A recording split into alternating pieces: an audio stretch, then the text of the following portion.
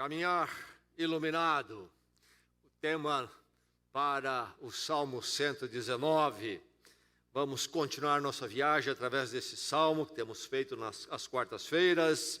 Hoje vamos focar do verso 121 até o verso 128. Salmo 119, o maior dos salmos, o maior capítulo nas Escrituras Sagradas, um longo poema, muito bem escrito e composto, na forma do acróstico. Nós temos a Bíblia dividida em capítulos e versículos. Esta divisão é uma imposição colocada a partir da Idade Média para facilitar o localizar assim em público, como fazemos para achar os textos da Bíblia. Mas, na verdade, no original, estes versículos 121 a 128 é um verso todo desta poesia de 22 versos, é um acróstico, cada um deles todo iniciado com uma letra do alfabeto hebraico.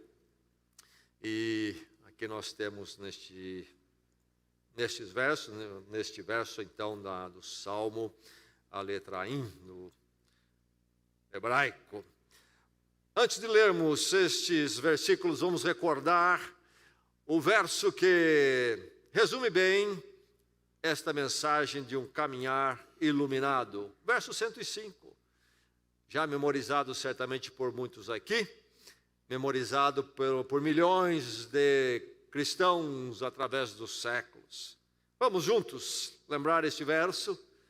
A tua palavra é lâmpada que ilumina os meus passos, e luz que clareia o meu caminho.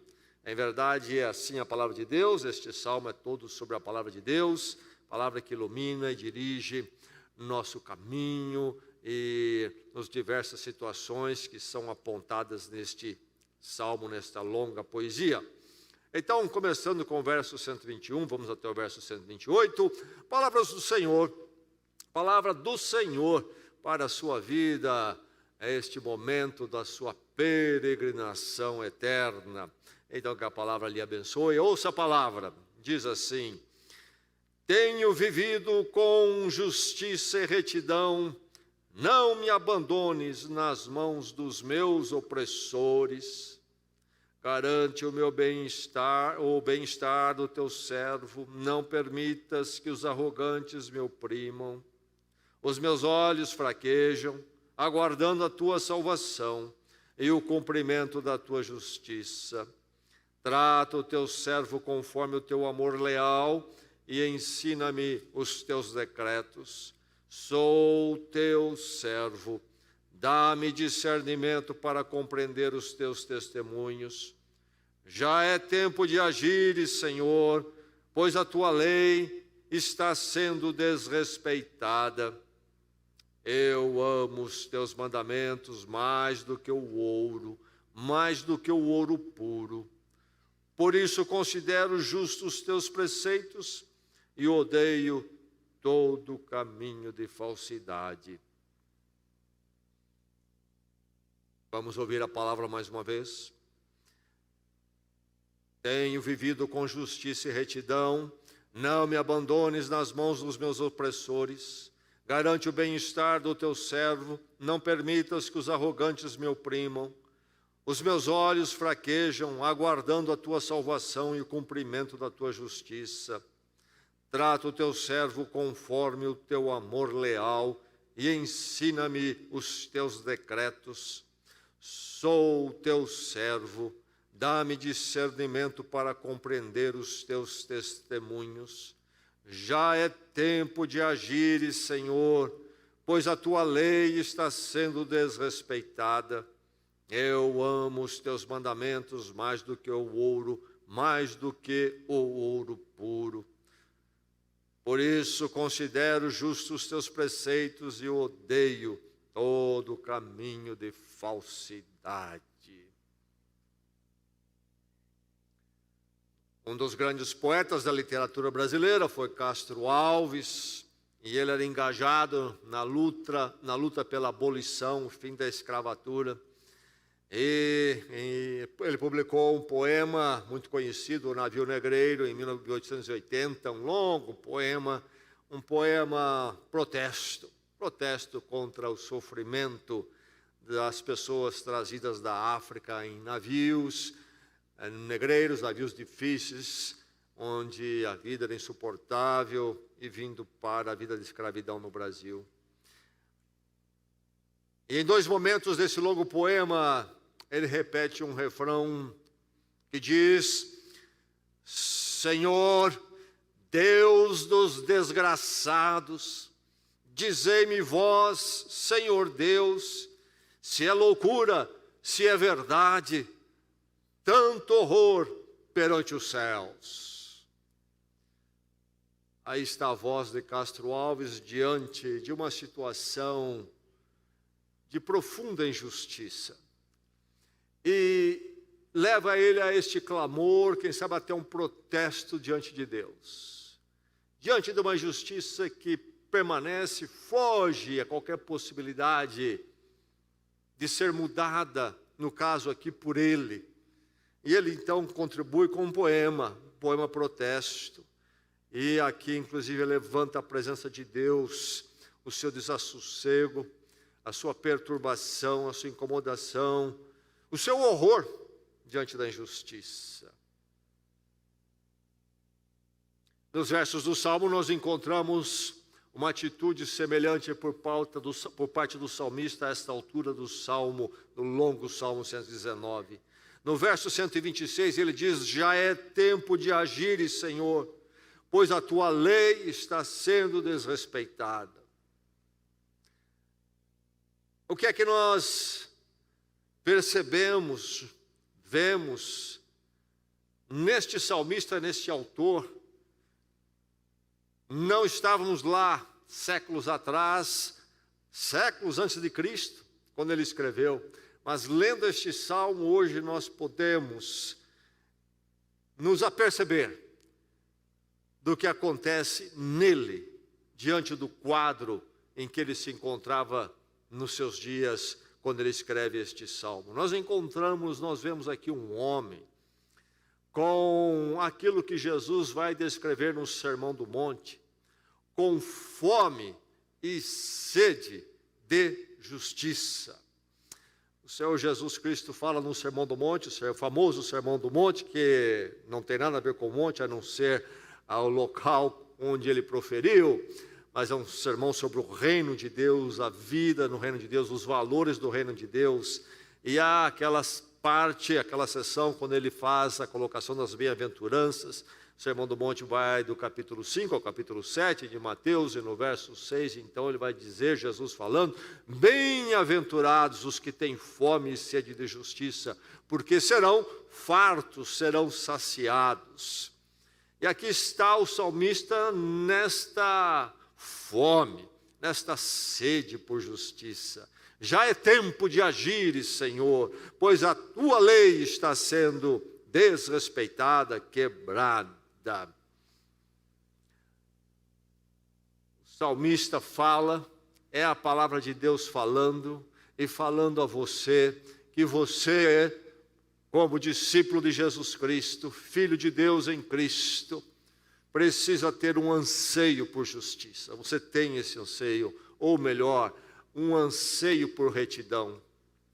Anseie retidão. Há este anseio no seu coração por retidão, como acontece com o salmista aqui, diante da falta de retidão, diante dos caminhos tortos, diante das injustiças que é encontrada de forma tão comum nos seres humanos e em comunidade, na sociedade. Surge em você um anseio, como você percebe aqui no salmista. Já é tempo de agir, Senhor. Ele não se contém, leva a Deus o seu protesto neste anseio profundo dele. O mesmo anseio no seu coração aqui nesta noite. Anseio por retidão, consternando-se então diante da injustiça, da falta de retidão. Nós encontramos ele aqui nesta consternação. Primeiro, no âmbito pessoal, percebemos, no âmbito pessoal, 122 é o verso que diz: garante o bem-estar do teu servo, falando dele mesmo. Garante o bem-estar do teu servo, literalmente, no hebraico faz o que é bom ao teu servo. E ele continua, não permitas que os arrogantes me oprimam. E aí então os arrogantes são aqueles que não andam em retidão. E estão fazendo mal a ele, estão fazendo injustiça a ele. A falta de retidão dos arrogantes o atinge. Você se sente assim muitas vezes? Você é atingido? Estou falando a alguém nesta noite, aqui que está sendo alvo da falta de retidão na justiça, de arrogantes, pessoas perversas, em ações perversas. Alguém assim nesta noite, a palavra é para você. E isso é parte da nossa caminhada neste mundo, estamos sujeitos a isto. É um mundo sem retidão, é um mundo de injustiça que nos atinge pessoalmente, como já era o caso, então, mais uma vez, séculos antes de Cristo, na vida deste homem de Deus. E ele está consternado diante da injustiça que o atinge. Mas ele não está consternado diante da injustiça que apenas o atinge em nível pessoal, mas no nível social. Nós percebemos isto nas colocações do Salmo, verso 128. Por isso considero justos os teus preceitos e odeio todo caminho de falsidade. Não apenas alguns, não apenas quando me atinge. Aí eu fico, então, num grande clamor de justiça. Não, todo caminho, tudo que eu vejo aí na sociedade me leva a ficar consternado, porque eu tenho um anseio por retidão. Como filho de Deus, eu tenho sede e fome de justiça. Então, não apenas no nível pessoal, mas toda a falta de retidão, toda a injustiça, atitudes, caminhos fora da vontade perfeita e justa de Deus na sociedade, o irrita, lhe faz mal. O verso 126 reforça isso também. Já é tempo de agires, Senhor, pois a tua lei está sendo desrespeitada. Ele nota no comportamento das pessoas, não passa batido. Passa batido por você. Quando você vê na mídia, toda hora, a lei de Deus, a justiça, a retidão de Deus sendo afrontada. Isso o torna consternado, ou para você não faz diferença? Quando você nota no seu ambiente de trabalho, quando você nota talvez até na sua família, quando você nota entre os seus amigos, colegas de escola, professores, a lei do Senhor, a justiça, a retidão sendo violada, isso o deixa consternado, deixava consternado o salmista, não somente quando o atingia, mas mesmo quando não atingia diretamente no âmbito social. Anseia então por retidão, consternando-se diante da injustiça, mas deixando com Deus a execução da justiça. Nós temos a justiça humana, ela deve existir, é aprovado por Deus a existência da justiça humana. Há um momento para a justiça humana, para lançarmos mão dela, com toda a sabedoria e cuidado. Ela tem muitos limites no que pode fazer. E mesmo quando faz, ainda faz de uma forma muito imperfeita. Ela é muito limitada. Há um lugar para ela, mas desde que entendamos esta limitação. Mas a verdade é que, ao navegarmos neste mundo, sermos alvos de injustiça e vermos a injustiça, a falta de retidão na sociedade também, há muito pouco que nós podemos fazer. Quantas vezes somos atingidos pela injustiça, e nós ficamos no anseio por retidão ao sermos atingidos, mas a execução da justiça não pertence a nós. Nós não cremos, ou nós como filhos de Deus em Cristo, não nos tornamos injusticeiros para nossas próprias mãos. E na maior parte das vezes nós não poderemos corrigir as coisas, precisamos aprender a deixar com Deus a execução da justiça, na maior parte das vezes. E nós vamos encontrar um ponto de parada e descanso quando nós fizermos isso, porque a injustiça domina tanto a sociedade, e a justiça está tão perto de nós e nos atinge de forma tão comum no dia a dia, que nós não vamos poder ter isso tudo resolvido. Somente a justiça perfeita de Deus, que poderá um dia ainda fazer um julgamento sem nenhuma falha e executar tudo, é que a coisa então vai ficar no lugar. Verso 121, ele diz: tenho vivido com justiça e retidão, não me abandones nas mãos dos meus opressores. Ele busca em Deus o seu refúgio para a justiça. Foge do controle dele. O verso 123, os meus olhos fraquejam, aguardando a tua salvação, e o cumprimento da tua justiça. Em última instância, na última palavra, nós temos que esperar pela justiça de Deus. Primeiro, para não cairmos um justiciamento, nos tornarmos justiceiros com as nossas próprias mãos. Em segundo lugar, para nos tornarmos céticos e sem esperança, e aí nos tornaremos pessoas terríveis.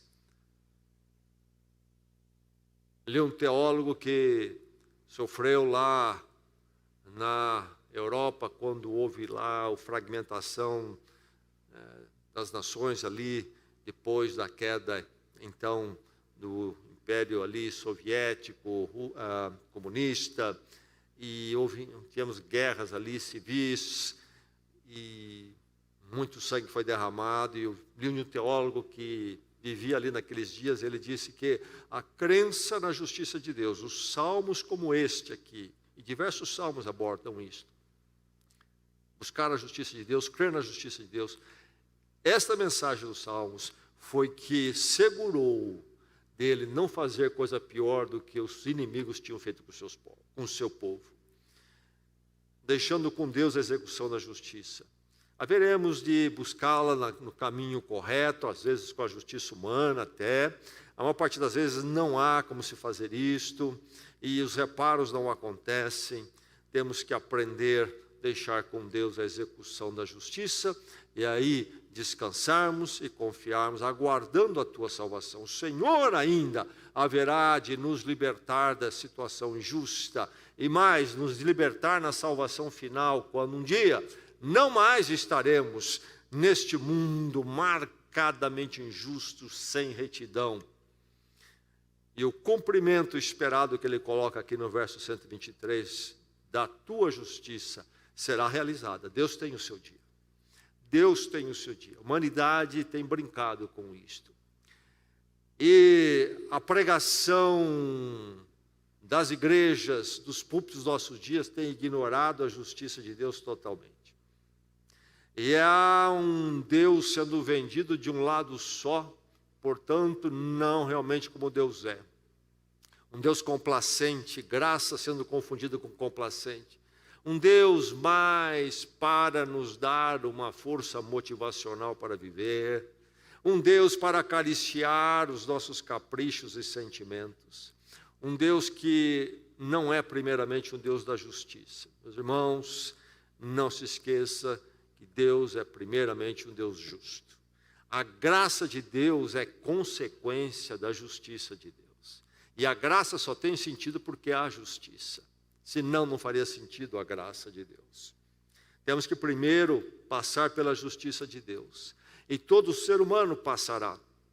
Se não passarmos pela justiça de Deus realizada na cruz por nós em Cristo, haveremos de passar um dia numa outra condição, a humanidade toda terá esse dia. E as coisas só farão sentido naquele dia. Há tanta maldade feita neste mundo, na história, e na nossa sociedade, no dia a dia. Como se reparar num negócio deste? A não ser que Deus tenha uma forma, só no poder e na justiça dele absoluta, a trazer uma justiça final sobre tudo isto. Criminosos terríveis, corruptos explorando, roubando, pessoas do crime, mas mesmo pessoas maldosas no nosso convívio, que não são enquadradas na lei humana, mas cheias de artimanhas e maldade. Deus tem um dia do acerto, nunca se esqueça nisso. Quando você sentir-se incapaz diante das injustiças do mundo, e por ser tantas, e você tiver um anseio por retidão, e você ficar consternado, descanse em Deus e na justiça de Deus, como o salmista fazia. Espera no Senhor, Deus é justo, e Ele tem o seu dia de acerto com todos, algumas vezes nesse mundo ainda, mas certamente há o dia do Senhor, como dizia os profetas no Velho Testamento. Vem o dia do Senhor, vem o dia do Senhor, há um acerto. Anseie por retidão, então, consternando-se e deixando a execução com Deus, mas verificando a sua própria condição. Nós, com muita facilidade, focamos na injustiça que nos atinge e julgamos a injustiça e o injusto que nos atinge. E condenamos e damos rótulos com facilidade. E condenamos com facilidade, apontamos, declaramos a injustiça, a falta de retidão na sociedade.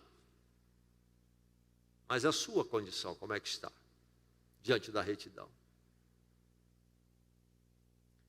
Uma das coisas que me cansa, acho que cansa você também, é a conversa nas rodinhas, falando de que, por exemplo, em geral, os políticos são corruptos, estão roubando.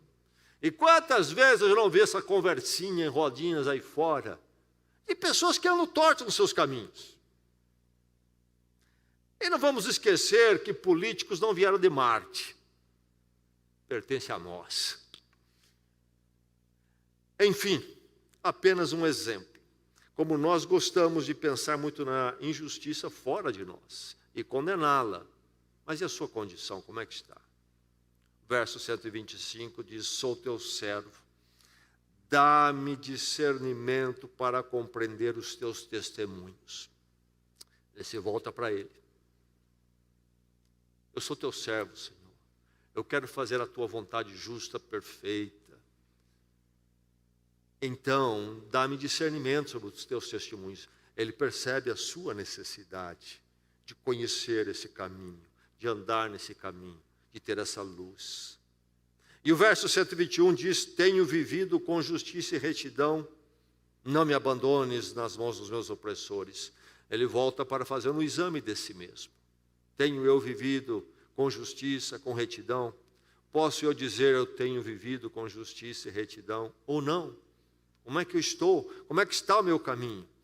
Gosto de olhar para os outros e dizer que os outros não têm vivido com justiça e retidão. E eu tenho vivido com justiça e retidão. Anseie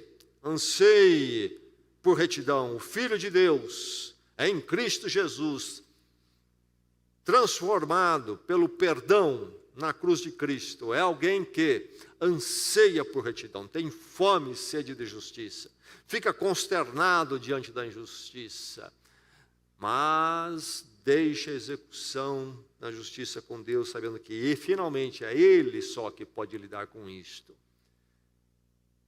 Ao mesmo tempo, é aquele que verifica, ansiando por retidão, verifica em si mesmo. Como é que está o meu caminho, meu coração? Eu anseio por retidão no mundo, anseio por retidão nos outros, e anseio por retidão em mim também. Então, anseio por retidão, verificando a sua própria condição, com o desejo de conhecer a fonte de retidão. Onde eu vou encontrar retidão para o meu coração, para a minha vida, para moldar a minha vida, se eu tenho o anseio de retidão a começar em mim, antes de pensar nos outros. Onde está a fonte disto? Ele já disse no verso 125, dá-me discernimento para compreender os teus testemunhos, já ficou claro. É na palavra de Deus. Mas ele diz no verso 127, eu amo os teus mandamentos mais do que o ouro puro. há este anseio no seu coração, por retidão no seu coração, e que por isso então você ama a fonte de justiça e retidão. Os mandamentos do Senhor são preciosos para você realmente. Não estamos perguntando se é precioso para a sociedade. Não são preciosos para a sociedade, que sociedade terrível. Não, não é a sociedade, em primeiro lugar. Nós estamos perguntando se os mandamentos do Senhor não são preciosos para aquele que está à sua volta, convive com você. Não, antes disso, a pergunta é, você ama os preceitos do Senhor como ouro, ouro puro? O salmista aqui, ele tem esse desejo, esse anseio pela palavra para a sua própria vida. Então, anseio por retidão, com esse desejo de conhecer a fonte de retidão, olhando para ela como algo preciosíssimo, como ouro puro, algo precioso para o meu coração. E aí o verso 124, que situa todo esse drama de anseio por retidão fora e dentro dele, de que forma? Trata o teu servo conforme o teu amor leal. Aí nós vamos recordar este conceito hebraico que se repete nos Salmos tantas vezes e que sempre dá trabalho para os tradutores da Bíblia. A expressãozinha de duas palavras, amor leal, fala do amor de Deus como amor leal. No hebraico é uma palavra só. Para verter para a nossa língua, então, o esforço de dar o sentido original, necessitando de acrescentar algo mais aqui com a palavra amor, amor leal. A palavra no hebraico recede, fala daquele amor de Deus, gracioso, infalível, aquele amor que nós conhecemos no pacto com Deus em Jesus Cristo. Aquele amor de Deus que se voltou para nós na mediação da morte de Cristo na cruz e entrou na nossa vida.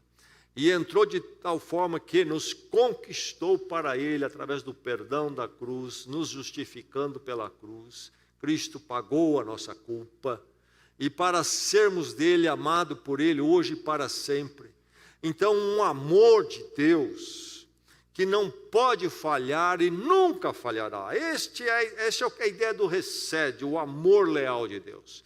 Nós, criados à imagem e semelhança de Deus, temos uma expressão de amor humana, mas é sempre imperfeito e tantas vezes falível. Não é assim o amor de Deus. O amor de Deus por nós. O apóstolo João, na sua primeira carta nas Escrituras, primeira carta de João, mas para o fim do Novo Testamento, no capítulo 4, afirma duas vezes, verso 8 e 16, Deus é amor, a essência de Deus é amor. E nós conhecemos a expressão disso, a realização disso, onde? Na cruz, a maior expressão de amor de Deus. Deus se voltando para aquele que é detestável diante dele, cheio de injustiça, sem retidão, um ser como eu, como você, e vai à cruz para tomar o lugar que era meu, que era seu, que é amor, o maior amor que já existiu, a maior história de amor, a mais bela história de amor. Trata o teu servo não conforme a minha retidão. Ele fala da sua retidão. Ele está examinando os seus caminhos. Mas a confiança dele não está no seu mérito, na sua virtude própria. Ele vai clamar a Deus, que Deus o trate com o seu amor leal. Teu servo, aquele que é teu, Senhor. Aquele que é alvo do teu amor, trata conforme este amor. O desejo dele, então, é conhecer a fonte de retidão na sua vida. Conhecer isto através, primeiramente, do amor de Deus derramado nele. lembrando o amor e graça de Deus, que é conhecido e medido quando nós conhecemos a justiça de Deus primeiro. E nós olhamos para a cruz e nós vemos como a justiça de Deus é perfeita, implacável. Ela ali na cruz não deixa nenhuma falta de retidão minha sem ser punido, mas Ele pune em Cristo por mim. É o amor leal, o amor fiel que inclusive se manifesta em Deus, tomar em Cristo a minha falta de retidão. Onde está a fonte de retidão? Na palavra de Deus que nos fala desse amor. Mas nesse verso 124 ele completa dizendo: e ensina-me os teus decretos. Então, quando Deus nos trata com o seu amor leal, este amor fiel, como algumas traduções colocam às vezes, esse amor que não falha, infalível, que nós conhecemos pela cruz, amados por Deus em Cristo na cruz, seremos amados para sempre. Deus não nos ama na cruz para nos deixar como nós estamos, na nossa falta de retidão, entregue as nossas misérias. Não, Deus nos ama na cruz para nos transformar. Ensina-me os teus decretos. A vida com Deus, o aprendizado, buscando nesta fonte como crescer mais e mais na retidão da nova vida em Cristo. Ensina-me, ele carece disto. Ele não está pronto, como eu e você também não estamos. Deus está em obras em nossas vidas, trabalhando, mas nós andamos com o desejo de conhecer a fonte de retidão para conhecer a retidão dessa fonte, a palavra de Deus. Anseio por retidão. Há um anseio por retidão na sua vida. E aí podemos trazer de volta mais uma vez a colocação de Jesus Cristo no Sermão do Monte. Bem-aventurados que têm fome e sede de justiça, porque serão saciados. E aí nós podemos tomar dois caminhos nessa colocação de Jesus. De quem que ele está falando? Do que ele está falando exatamente? Fome e sede de justiça na sociedade, no mundo? Creio que sim. Todo crente precisa ansiar por justiça e retidão no mundo. Todo crente precisa estar consternado com a falta de retidão e justiça no mundo, pelo fato do mundo não andar, não se comportar segundo a linha moral, a direção moral de Deus. Nós temos anseio, nós temos fome e sede por justiça. Jesus disse que nós seremos fartos. Se refere, ou quando se refere ao aspecto do mundo, nós seremos fartos, porque um dia Deus fará justiça perfeita neste mundo. Nós atravessamos aqui este mundo ansiando, consternados com a injustiça no mundo, tendo que descansar em Deus, deixar na mão dele a execução, porque nós não podemos mudar as coisas. Mas Deus tem o seu dia, nós seremos fartos. Esse anseio nosso será saciado um dia. Mas essa colocação de Jesus também se volta para nós. Anseio por retidão, fome e sede de justiça em mim. Fome e sede de retidão em mim. Me vejo falho, fracassado, pecador. Como eu gostaria de não ter mais que lidar com os meus fracassos e a minha imperfeição, a minha falta de retidão, a começar no meu coração, em tantas vezes no meu comportamento.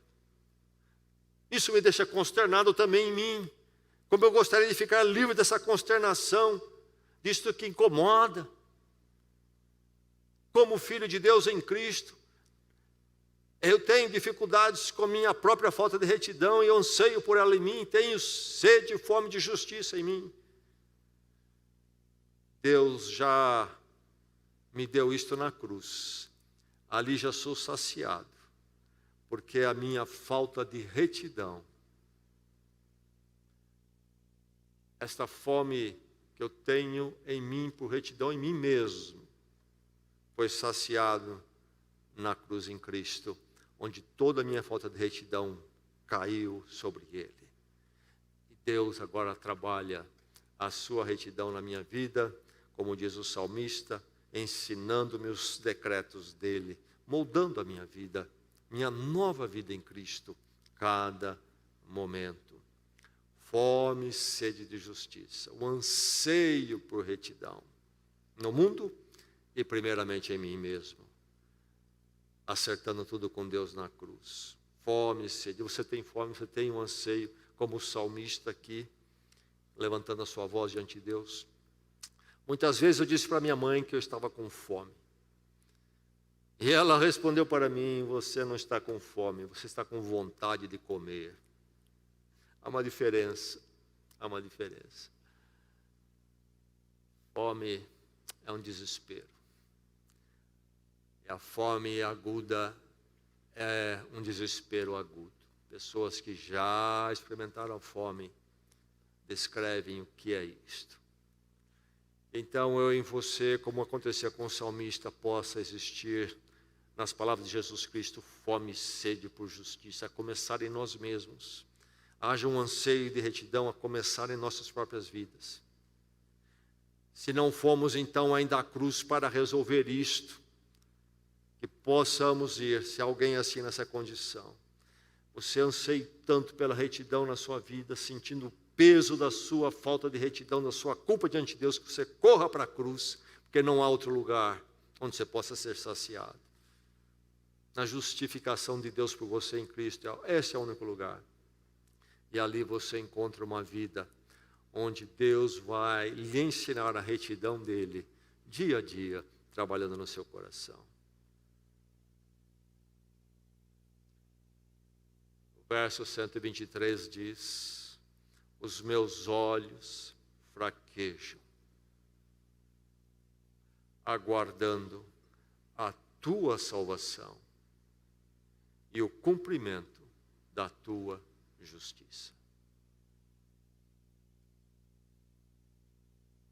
E os nossos olhos também vivam a mesma experiência, isto é, eles reflitam o nosso aguardar da salvação do Senhor sempre e o cumprir da justiça dele. Vamos orar, vamos à presença do Senhor.